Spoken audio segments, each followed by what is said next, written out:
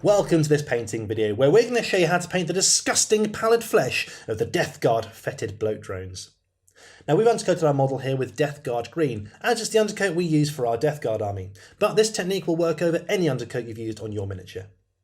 The first thing we're going to be doing here is applying a base coat to the fetid skin, and for this we're using Rakarth flesh. Grab your medium base brush for this. Let's grab some Rakarth flesh from the pot and apply it to our palette here. Now to make sure it goes on real smooth, we'll add a bit of water here from our pot, just to mix it onto our palette here and thin it down a touch. Perfect. Then onto our bloat drone. Here we're applying a nice even layer over the fetid bloat drone's skin, like so, all over the bits at the back that want to be flesh. There's flesh at the front as well, so make sure you're grabbing that too. But we're applying a nice even base coat here. You'll also notice we're going to hit other parts of the model now that aren't flesh. That's not a problem, as later on you're going to go back and paint those in. There we go, we have a nice solid base coat on our fetid bloat drone's skin. Now over the top of that we're going to apply a contrast paint, Guilliman flesh, but to make sure it's real subtle and thin, we're going to thin it down loads with a contrast medium.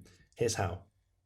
Grab your medium shade brush here and take about 6 brushfuls of contrast medium onto your palette. 2, 3, 4, 5, one more, 6. Then wash your brush off completely, make sure there's no medium left on there at all. Before we apply one small brush of Guilliman flesh and just mix it in to that contrast medium. There we go, we have a nice thinned down Guilliman flesh contrast. Then load our brush up and onto the Rakarth flesh. Here we're going to apply it over the top like so, nice thin layer like this. Make sure as you're applying it on, it's going on nice and smooth, and don't allow it to pool in any recesses. Make sure you're moving that contrast paint around to make sure it's a nice thin even coat everywhere. Allow a good amount of time for that to dry, maybe about 30 minutes, and we'll move on to the next stage. There we go, the contrast paint has dried on the skin, giving this really cool look.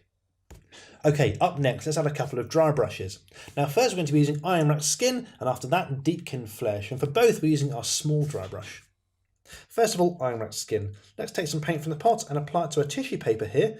Just going to brush off most of the paint onto our palette like this on the tissue, just to make sure our brush is nice and dry.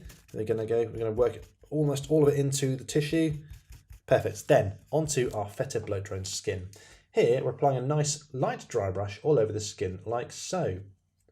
Now we've chosen Ironrack skin and later Deepkin flesh as have a slightly green hue to them, which works perfectly well for making our skin look rancid and putrid. Then over the top of this, a lighter dry brush, this time with Deepkin flesh. There we go, that's the dry brushes done.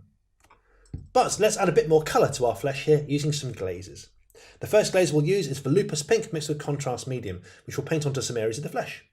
Then we'll make a glaze again with Caribou crimson, this time mixed with Lamian medium, and again we'll use that to glaze certain parts of the skin. First of all is that Volupus pink and contrast medium. Here, grab your medium shade brush.